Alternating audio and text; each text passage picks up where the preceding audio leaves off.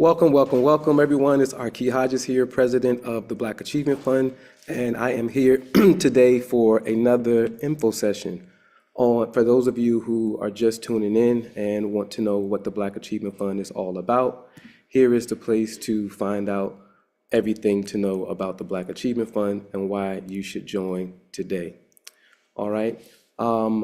We're going to have, hopefully we're going to have one of our younger members come on later, Brianna, who just finished her HVAC certification. So we are supporting her in her endeavors, and she has a fundraiser in which she's seeking our support in helping her to get some of her equipment for her HVAC business. So that'll come up a little later on. But thank you all for being here. Thank you all for being members of the Black Achievement Fund. Thank you for sharing information about the Black Achievement Fund. Don't stop, all right? People may not get it the first go around, they may not get it the second go around, but eventually people come around to us, all right? So without further ado, I'm gonna jump into our presentation. One of the things that I want to discuss today is where we are with the Black Achievement Fund. More so, what's next for the Black Achievement Fund? For those of you who have been members for a while and may not be coming to our monthly member meeting. So today I'm going to spend some time discussing what is next for our organization as well. The Black Achievement Fund, we are a nonprofit economic and community development corporation with the simple mission of financing the grand development of Black America and beyond through a simple system of collective economics, or Ujamaa. We are approaching the Kwanzaa season, and one of the things that we like to brag about here at the Black Achievement Fund is the fact that we're practicing the principles of Kwanzaa year-round. These are values that are supposed to be embedded in our culture and not just things that we talk about one time of the year. Collective economics. The whole world operates off of collective economics in some shape, form, or another. When you look at the United States of America, it brings in trillions of dollars a year. Where does that money come from? Taxes. From each individual American in various different capacities: property tax, income tax, state tax, tax. Taking a small amount from everyone to create a large amount.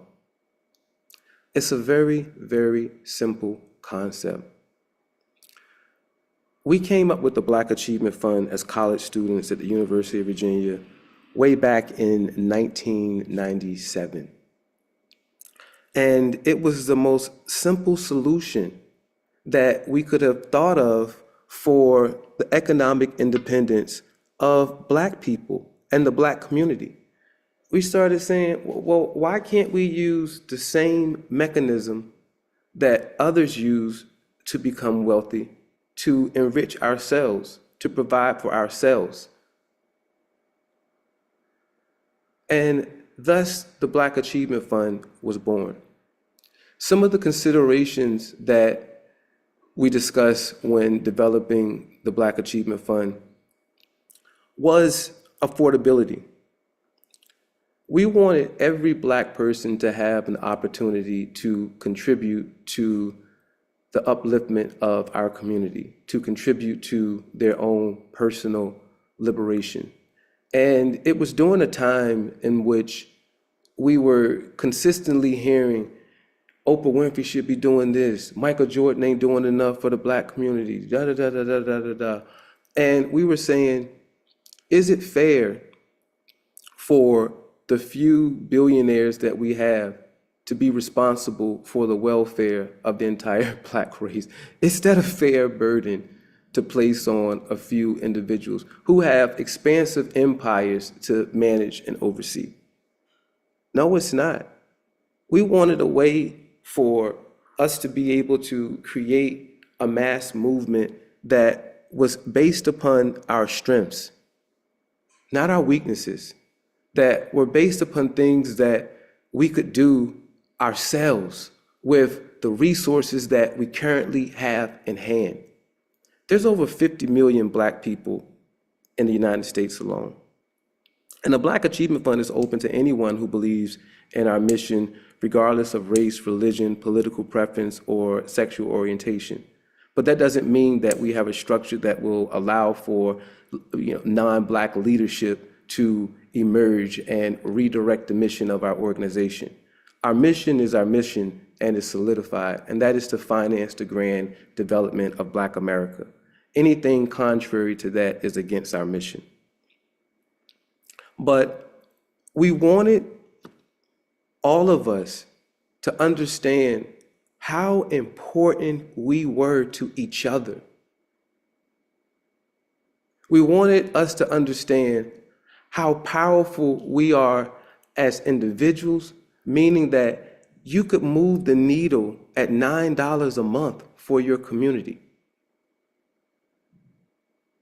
And one person times one person and one person and one person and one person. That is how we build real power instead of creating a loud voice. When we were conceptualizing solutions for Black liberation, we realized that there were problems in every aspect of life for Black people. So whatever solution that we came up with had to be comprehensive. So we created an organizational structure that allowed for us to devise solutions in every area of Black life. Our 12 program departments include our real estate development, education, farming and agriculture, small business, banking and financial services, manufacturing and transportation, health and wellness, culture and community, grants and scholarships, international affairs, special initiatives, and our membership and volunteer services department. Comprehensive. Our org chart was simple. If we get 90 million in, or $1 billion a year, each one of these departments, based on priority, would just receive a portion of that $1 billion. And that becomes their operating budget for that year. Within each of these operating budgets, there is enough capital to pay the salaries of all of the employees that work within that department. We created a structure that allowed the best and brightest to be able to have resources directed towards the development of the industries that they want to go in, businesses being developed in the industries that they want to go in, the industries that they're in, so that we can create an economic infrastructure to be able to employ the millions of Black people with degrees across every different field of study that there is. We were seeking to get ahead of the curve, ahead of what we're seeing right now with the rollback, the backlash of right-wing white America. They now control the entire American political landscape. You have a right-wing president who's outwardly against Black people. You have a right-wing Supreme Court. The Republicans control the House, the Senate. And in 12 months, the amount of damage, the amount of rollback that we've seen in our community is astounding. And I don't even think many of us can really process how much we've lost so far in this administration. But the whole goal of the Black Achievement Fund is to forever have us on an offensive. We shouldn't be reactionary. And the question has never been, should we become economically independent? The question has always been, how do we become economically independent? When we analyze history, we realize that Marcus Garvey had already did this. And he had done it with astounding success. But he was thwarted by Black Americans because they couldn't control him. And they couldn't infiltrate the leadership and chart the direction that they felt Blacks should be going in America. There were other elements that caused the downfall of his movement, but what is important to understand is that we had the capacity to unite, and not just in fellowship, not just in parades, not just in a congregation, but unite economically. And when you hear of the Garvey movement, people want to throw out the Black Star Line and summarize the movement as a failed movement based on the failures of the Black Star Line, without recognizing all of the successes, all of the successful businesses that they had, the level of pride that they instilled in Black people, the level of consciousness that they were able to build, which is currency. The number of freedom fighters he birthed.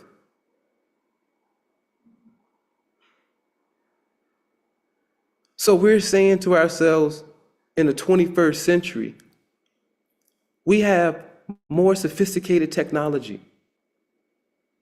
We have the internet. We're in an information age. We're able to create our own curricula, educate ourselves. We're able to pool our capital together, rebuild the cities that we allowed to go to waste after integration. But instead, our leadership is still almost exclusively focused on integration politics, electoral politics, and believing that becoming part of the American mainstream is Black liberation.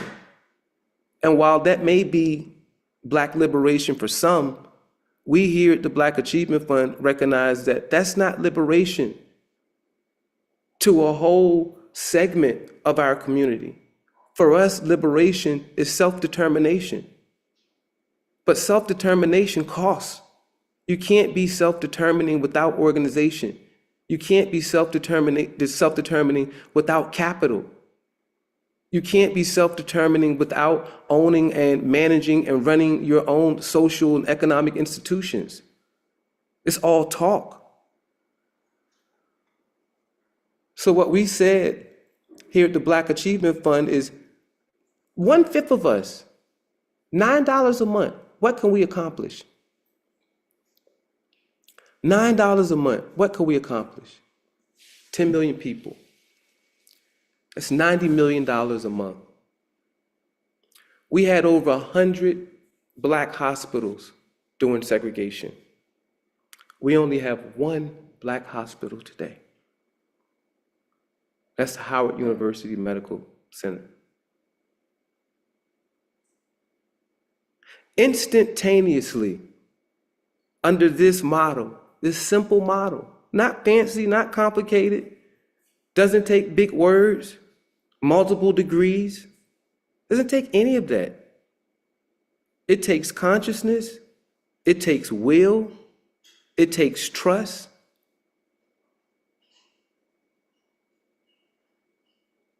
We piloted the Black Achievement Fund as undergraduate students.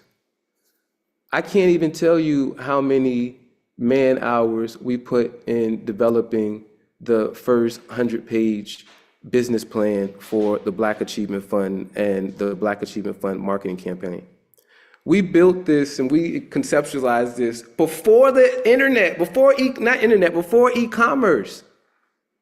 There was no e-commerce. One of the biggest issues that we had was, how do we collect this money without there being corruption? Because there was no e-commerce.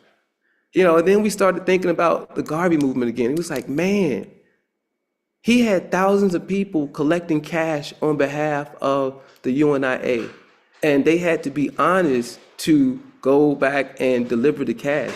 But imagine how many people were collecting cash all around the world on behalf of the UNIA, and the money never got to the UNIA. And then I started thinking about how much money did get into the UNIA, and how rapidly the money came into the UNIA, and how many things that they were able to do. They had the Black Cross nurses, which provided health care in Black communities. They had the Negro Business League. They had Negro Factories Corporation, which had millinery shops, grocery stores. They had a library business. They had Liberty University. They were organizing Pan-African conferences. The first conference, they had delegates from 22 states. The amount of things that this organization was doing in a very short period of time, that is what was so powerful, and that was what scared the authorities so much, was that this person not only had a loud mouth, he had the ability to manifest these ideas in tangible ways, make these ideas real. And that is how his status grew. And he was doing this during a time in which America is still grappling, well, it's always going to be grappling, always been grappling with how to absorb Black people into the American mainstream. There's been a pushback ever since the Civil War. And this man was able to understand that Black people wanted solidarity with each other. Black people wanted to see an empowered Africa. Black people wanted to do business with other Black people. And to this day, that has been the largest mass movement of Black people in the history of American Black politics. We've seen variations of Marcus Garvey through other organizations like the Nation of Islam, Noble Drew Ali, and some other iterations, but none have been able to fully capture or recapture the consciousness that Marcus Garvey was able to develop. What we're doing here with the Black Achievement Fund is we are, through our movement, trying to show that there does not have to be an either-or proposition for Black liberation. We're forever going to be integrated into American society. That's a given at this point. However, that doesn't mean that we can't also create our own independent communities, that we can't rebuild cities, that we run and operate under our worldview. When I take a look at some of the groups in America that have done and are doing what the Black Achievement Fund is seeking to do, it escapes many people. You look at the state of Utah. The entire state is run by Mormons. They essentially decided on a location to settle, moved all their people to one location, dominated the politics in those locations because they had all of the numbers, and were able to establish essentially an entire state based on their religious philosophy and worldview, and ensure that all of the politicians that come from that state are from their religious sect. All of this is 100% legal. You look at Amish communities all across the US. You look at other groups of people. They have established their own tiny nations within this nation where they're not subjugated to the full brute of white domination, white exploitation, capitalist exploitation. And they've been able to unite quietly. Here we are in the 21st century, having to put our strategy out in public.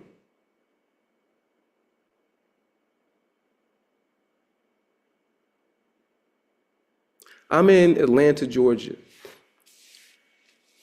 There are communities here, Asian communities, as well as Latino communities, that everything in that community is essentially run by those groups of people.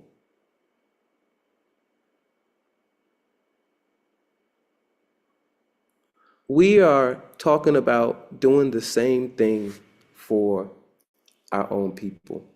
When we talk about a Black Wall Street and how successful it was, and it was that 100 years ago, over 100 years ago, we had a community of Black people that was so wealthy that 6 Black men owned private planes in 1922. And we all know that Black Wall Street wasn't the only successful Black town or community, I should say, across America. But there were dozens of them. We are living in a time in which we have to seriously examine where we are as a people and where do we want to go. When I look at integration, I see Black people losing sight of African values and supplanting them with American, i.e. European values. Our taste, we have essentially adopted all of our tastes from Europeans. Our culture has been attacked in such a way that as an African American history professor, I'm absolutely astounded at the lack of basic Black history knowledge that young people today have. People in my generation and beyond, we really in our heads think that the average Black person has a decent amount of Black history facts and knowledge, and it's simply not true. And the reason it's not true is because of our lack of vigilant consciousness. Once the civil rights movement was over, the Black community, the most prosperous people in our Black communities, left to go to the suburbs to be a part of the new world. The new world in which they could be a part of white society, white communities, go to white people's schools, and experience all the best things that America had kept away from Black people. It's understanding when you look at it from that perspective. But it was short-sighted when you look at it from a long-range leadership perspective. We didn't think about how the exodus of the best, the brightest, the most fortuitous people in our community, what that would do to those communities.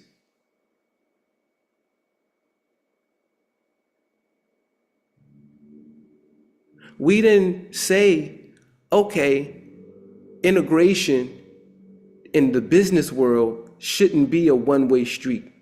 It shouldn't be us simply being allowed to buy white goods, but it also should have meant white people buying black goods. All the way in 2025, if you want to talk about tariffs and a trade war, how much products do black community consume of other groups versus how much we sell to other groups?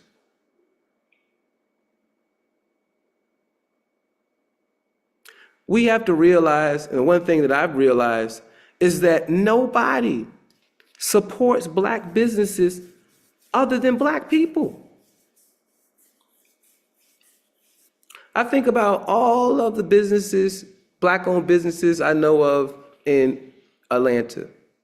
If it's known that it's black-owned, I don't see white customers there. I don't see white customers at black restaurants. I don't care how upscale the restaurant is.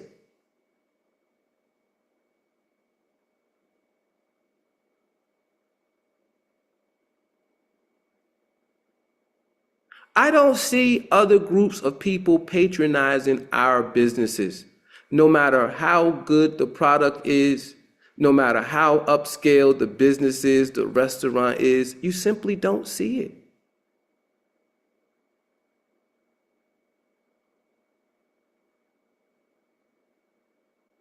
We're saying at the Black Achievement Fund that there has to be another pathway.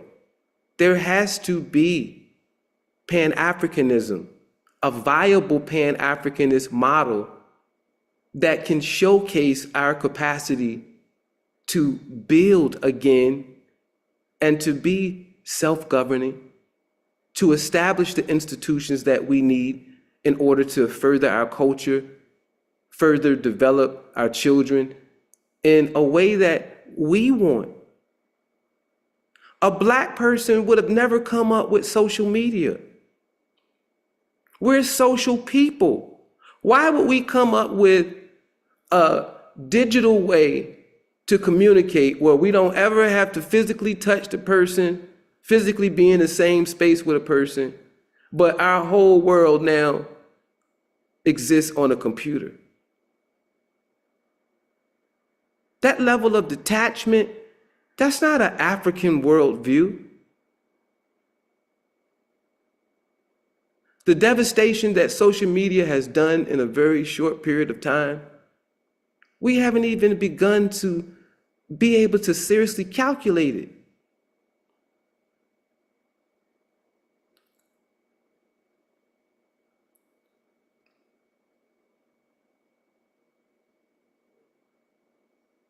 As the president of the Black Achievement Fund, I'm here to develop a following of black people who simply want to be able to be black people wherever we are and to be prosperous without having to work for somebody else, tolerate someone else's disrespect.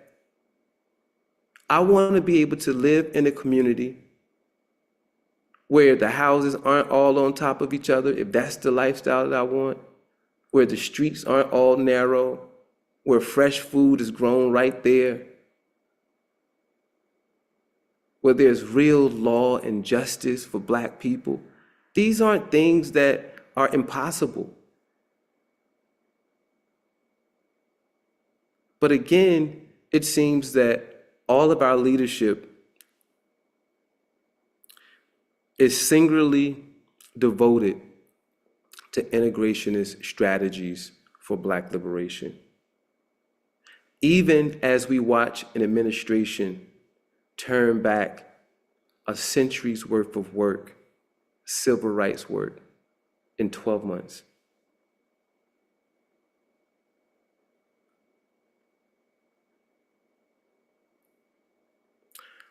I feel like Europe, which no longer has the level of wealth and power that they had when they colonized the world. We're seeing now that their wealth was completely dependent upon the free labor and the free raw resources that they extracted from African lands and through African labor. We're beyond a century in some aspects of these things. And what we're seeing is that Africa is still vibrant. Africa has the youngest population in the world. Africa is still the richest continent in the world, mineral-wise. So out of all of that damage that was done during the African Holocaust, we still stand here triumphant, but at a crossroads in terms of who are we developing into as a culture?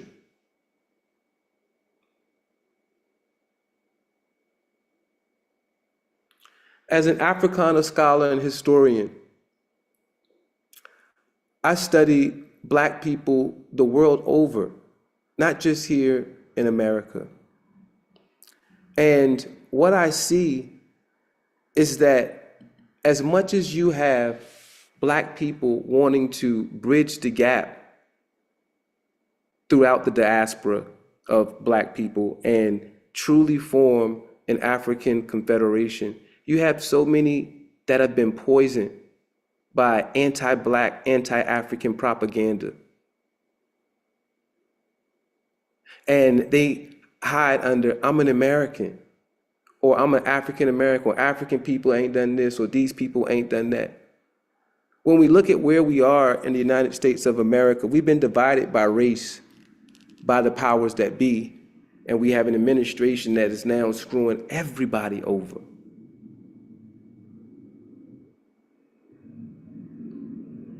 Unity amongst all of us is essential for our overall defense and for the rapid acceleration of African worldwide development.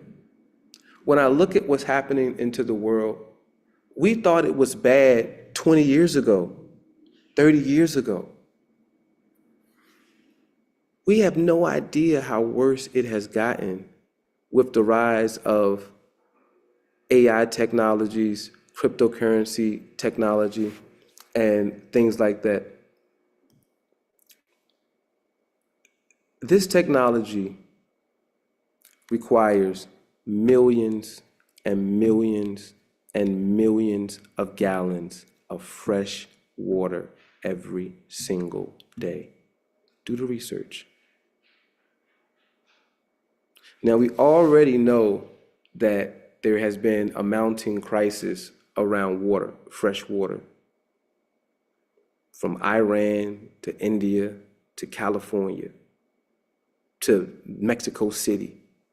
Look them all up. Major metropolitan areas are on the verge of not having enough water to survive. And here we have data centers, crypto mining operations that produce so much heat that it requires millions of gallons of fresh water. And the water isn't recycled because the water is burnt off as steam. All right, so they're not able to recapture this water and have it suspended in a cooling system. This is fresh water. As Black people, we have the ability to buy as much land as we can afford in this country.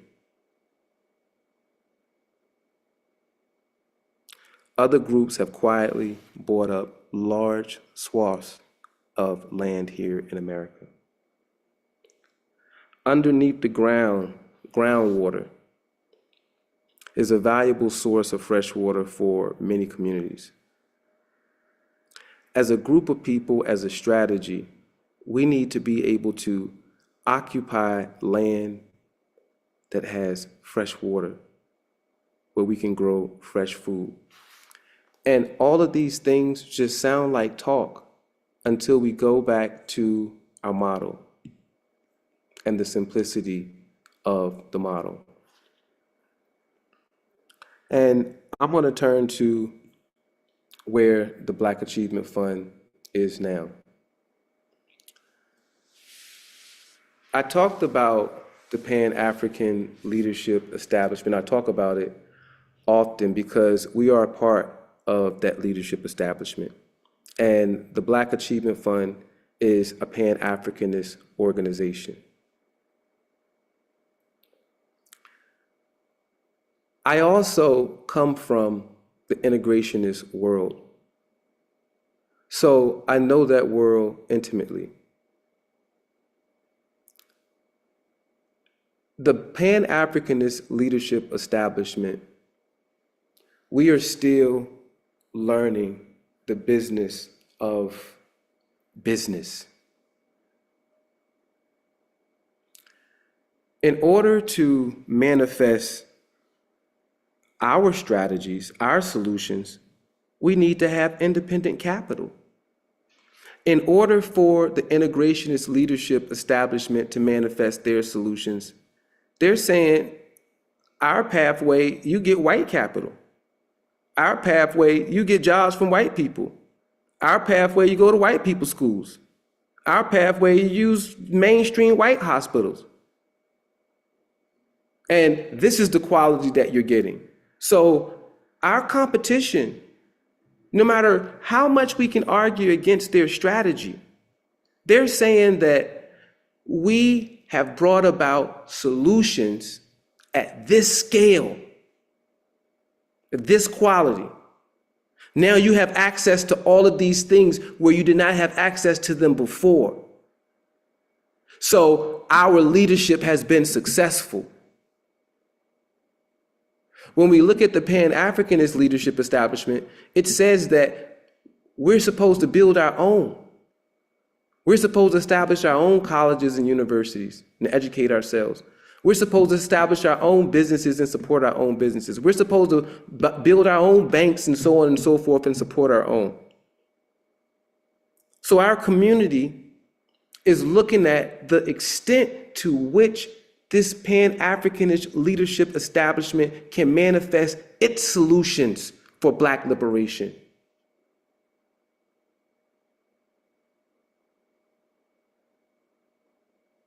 And our leadership establishment has not been able to mirror the level or quality that the integrationist leadership has shown that they can deliver for Black people through integration. Now, they can say, well, we can argue all day that integration isn't perfect, which it isn't. But what do you have in its place? If we decided to do about face, what do you have in place right now? And that is the question that the Black Achievement Fund is seeking to answer.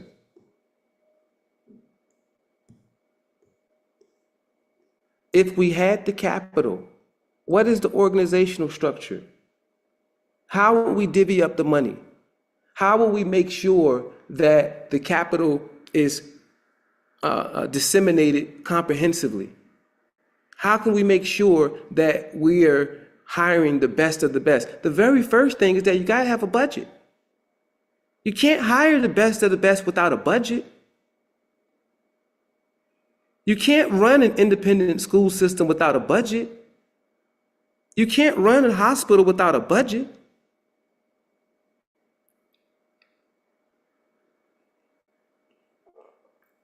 There has to be a way to consolidate our wealth and power organizationally in order to be able to manifest Black liberation on a grand scale that we're talking about. And this is what we've done here at the Black Achievement Fund. Okay? $90 million a month. As a real estate investor and developer, I can't tell you how much we could do. Here we got year one, we had $1 billion in. What we can do with $200 million. Not only creating new residential communities, establishing our own Black-owned institutions, schools, colleges, universities, hospitals, dental clinics, cultural centers, museums, all from a small amount of people a month. One of the most important aspects about the Black Achievement Fund is that the model of Ujamaa is so powerful that it doesn't take 10 million people to show success. We were able to buy 6 acres of land, all cash, with only 100 and I believe it was 57 or so, or 159 people. 159 people over 24 months. Land that is in our organization's control for good. Taxes are minimum. I don't care, if you're in America, you don't truly ever own anything. You don't pay the taxes, somebody else is gonna own it. All right, but aside from that, what's next for the Black Achievement Fund? Continuing to demonstrate what is possible through Ujamaa. That is what we're doing. We are developing our new Kemet community. We are under construction of our first 2 houses. Within the next 2 weeks, you're going to see the framing come up for those first 2 houses. And our job is to showcase the Pan-Africanist leadership's ability to manifest these ideals that we share for our community. There's no sense that there's so many of us who believe and think the same things, but we can't just come together under one accord and provide for the things that we need. All right? Now, trust and transparency has always been an issue. And I'm here to tell you guys, I want the Black Achievement Fund to succeed beyond me. Okay? We have an organizational structure as we begin to grow. You vote for the president. You vote for the leaders, the Black Achievement Fund leaders within your local community. All right? We'll hold when we have our fundraisers, like our new Kemet fundraiser, everyone knows how much we've fundraised. Is not a secret. So we have ways to ensure a level of transparency, a level of leadership with integrity. All of that is built in. But the first thing is you have to become a part of what we're doing. All right, that's the very first thing. In the time that the Black Achievement Fund has been operating, we had a surge in membership, and we lost a lot of membership over our affiliation with another group who were attempting to do the same things that we're doing right now. And it's unfortunate, and I want to talk about a little bit about that right now. I sincerely do not believe that the Pan-Africanist leaders that have not been successful in their endeavors were corrupt or stealing money, including Dr. Umar Johnson. I don't believe at all that he was stealing money. I think that he was 100% sincere and earnest in what he wanted to do. He just did not have the business acumen to be able to develop a school on the scale and make it 100% independent the way that he wanted to do it. The Freedom Georgia initiative that we were affiliated with, they didn't, set out to steal anyone's money or anything like that. Once again, it was a situation in which they simply didn't have enough knowledge to take on such a large undertaking and the structure in which they had also was problematic. But I say this to say that our leadership in the Pan-Africanist community, they're not trying to steal your money. I haven't gotten that from our leadership establishment. I've just gotten a lack of business sense, a lack of the Pan-Africanist community vetting and stepping in to, those who do have business acumen to provide that to these organizations so that we can be more successful in our business endeavors. I think that's more so the case than anything else within the Pan-Africanist leadership establishment. So, with that being said, I need you guys to stand firm with the Black Achievement Fund, continue to support this mission, because what we're doing is we're establishing a model. In real time, we're showing people that Pan-Africanism is viable, that these principles of Kwanzaa, there's power in them, that Black people, we're not all, gone. There is a vanguard of us who still understands the value of being an African in this world, the value of African wisdom, the value of an African worldview, and understand that it is our job to carry on what has been passed on to us. So right now, we are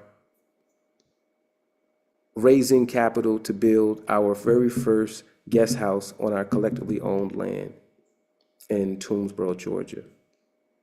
We have raised over $25,000 for that initiative. Now, we are seeking to close out this fundraiser in the year of 2026, which is next year. In order to do that, we need 50 members or supporters to donate or fundraise $1,000,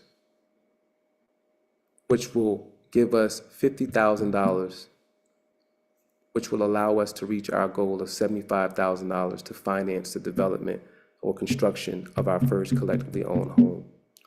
For those of you who donate, you get 5 nights voucher to stay at our guest house once it's built. In addition to that, we are going to honor you with some type of monument, plaques, or something that's going to be a permanent feature of this house to show who were the people that made this possible. Who were the people who took the leap of faith and said, you know what, this is what I'm supposed to be doing, so I'm doing it.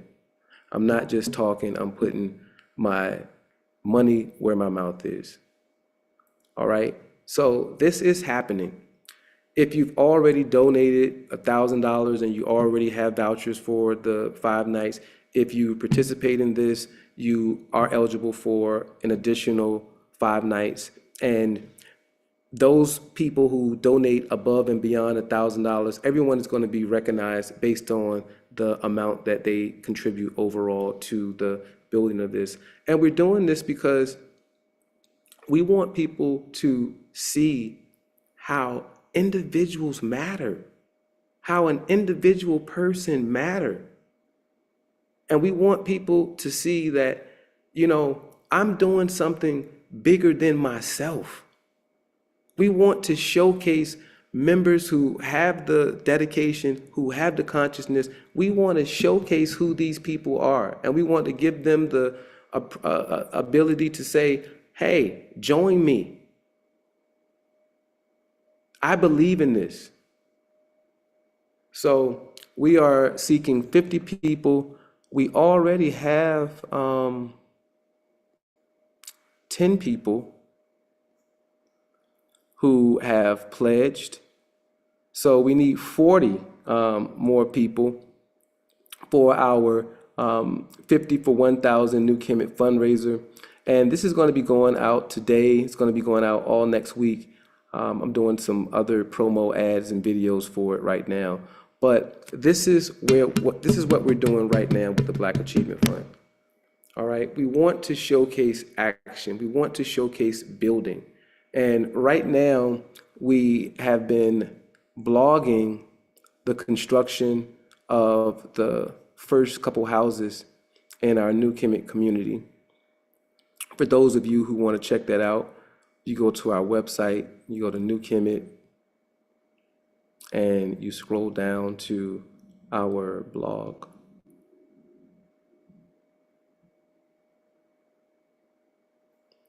And you will see the development process from installing the electricity to laying the foundation to grading the land, our groundbreaking ceremony. But this is truly a community effort. And we also have a lot of our info sessions that focus on all Black towns during segregation, because we want you all to see that this is something that we've already done before. We should now be doing it at a grand scale. We should be creating real life Wakanda communities. That's what we want to do here at the Black Achievement Fund. I see that our member Brianna has come on. I talked about Brianna earlier in the session. She's one of our members. Brianna, you there? You want to turn on your video and your microphone? Hello. Hello, hello, hello. Okay. Um, How's it so going?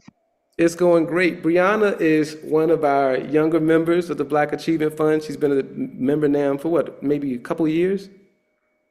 Uh, I think a year, August, September, October, November, December, a year, almost. Okay, I okay. had to renew my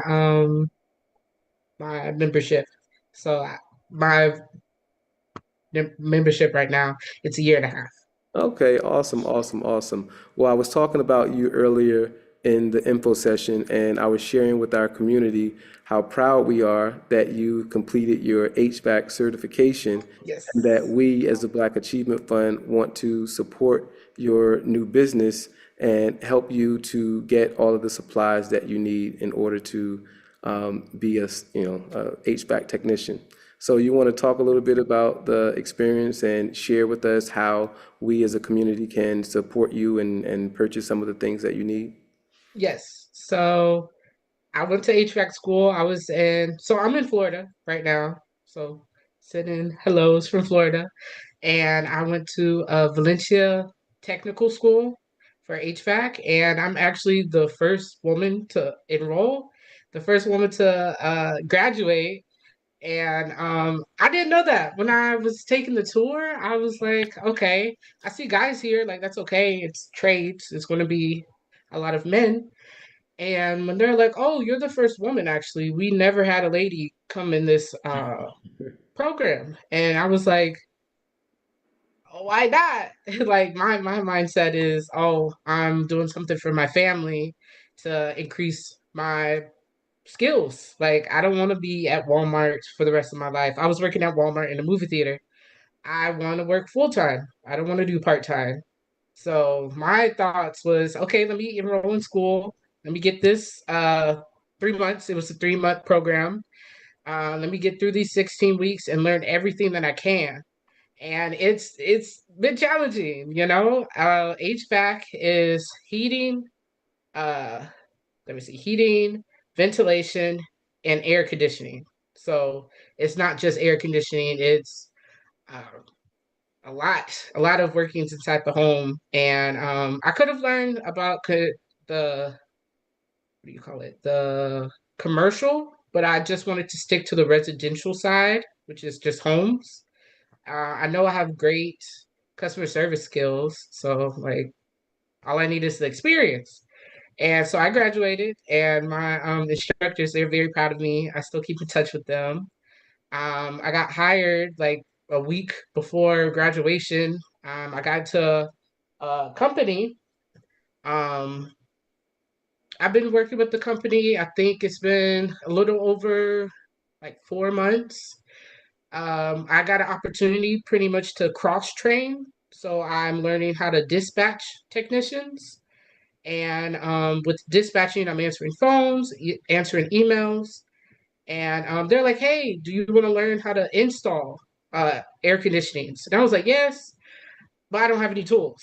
And I'm the kind of person where, yes, I will borrow tools from somebody and like learn with their tools, but I would like to have my own tools and say, hey, with the help of my community, I can work on it too. I can work beside the technician that's helping me, and it's been great. It's been great so far of my fundraiser. So I started the fundraiser, well, with the help of mom. Shout out to Queen Kamisha. All right. Um, she she's had has been very, very helpful in promoting my fundraiser. My fundraiser, I can put the link in the chat. It's Amazon list, and you just look around the list and see what you want to buy, and it would just send to me, and then I'll be able to see like, oh, somebody bought something. So it's like anonymous kind of until I get the package, and then it shows me on the little receipt like, hey, so and so bought this for you. So it's like my birthday. And we're going to um, be sending out an email in yeah. support of this, so you'll have an opportunity. If you don't get to go in the chat and see it, you'll just look at your email and you'll be able to just click on the link and see the items that she has up there. So we want to congratulate you once again for being a what do you want to call it? Breaking barriers. All right, Yes. for breaking barriers and not being daunted in a male-dominated industry, and once we as the Black Achievement Fund and the community help support you and get you on your way, I know that when someone in our community needs HVAC services, you're going to remember this experience, you're going to remember the support, and you'll give it back in exchange. And this is how we're supposed to operate as a family and a community. So once again, congratulations. Black Achievement Fund family, please show your support and love. I'll be sending out an email with more information on how you can contribute to Brianna and help her buy the rest of her equipment. All right. Thank you. Thank you so much for being a member and for sharing the Black Achievement Fund in your community. Thank you for having me. No problem. And we as a Black Achievement Fund, we should have schools teaching our children HVAC, trade schools, and all of these things. But we shouldn't be dependent on other people to make it happen for us. And this is what the Black Achievement Fund is all about. Right now, and before I close, I just want to share with you the other thing that we're doing right now is raising consciousness once again. All of our members have free access to Volume 1 of our Breaking Barriers curriculum. And the curriculum, I spent some time on this curriculum, so I really hope you all take advantage of your membership and check out the curriculum. But it profiles 10 extraordinary Black African American women and men who inspire courage, who inspire action, who demonstrate a level of genius that our children and ourselves need to know and to need to always be constantly reminded of, especially during this time. So all of you have access to the curriculum through our members only portal. If you have forgotten your password, just go to info@baf.solutions and request the membership page password, and we'll happily email that right over to you. But we're going to be releasing this volume and volume 2 as a fundraiser for our membership as well. So you'll see details for that upcoming, but $10 of each copy is going to go towards our Pyramid One fundraiser. So we want you all to help support the curriculum And in doing so, $10 of whatever you help sell would go towards your fundraiser or donation towards the $1,000 for 50 initiative that we have and that sort of thing. So definitely, when you get an opportunity, take one of the classes. I've done an info session on the majority of the people that are found in this particular series, but there's some that I have not done classes on. And we are about to be done with volume two. And volume two is even as explosive as volume one in terms of profiling people that have done absolutely amazing things. So we want to continue to inspire our community. We want to continue to provide ways to make Black history accessible to a large group of people. All of these classes are, will feature small, short videos. Most of them are no more than 30 minutes or so that it's not laborious for you to go and take one of these classes and to teach it to someone else. Each of the classes has a online quiz that you take, and if you pass the quiz, you get a printable certificate of achievement from Education for Life Academy. And if you complete all 10, you get a certificate of mastery from EFLA. And that will be actually mailed to you with our official seal and all of that sort of thing. But once again, understanding that we have to institutionalize a curriculum for our people. We have to educate our own people, and we can't wait for other people to do it. We can't decry that other people are taking this stuff out of our schools. We have to make sure that our community has access to our history. And that's what we're doing here with our Breaking Barriers series. And like I said, volume two hopefully will be out by next week or so. So please make sure that you support it, you share it. We do have holiday special promo code Kwanzaa, which will take $10 off of the price. All right, and that is for both volumes. So I want to thank you all again for your continuous support. Love you all. Share our information. Black Achievement Fund. We need 40 more people to fundraise or donate 1,000 for our fundraiser so we can build this house on our land next year. So please make sure you check that out and take a class this week. All right. Love you guys. Black Achievement Fund hug.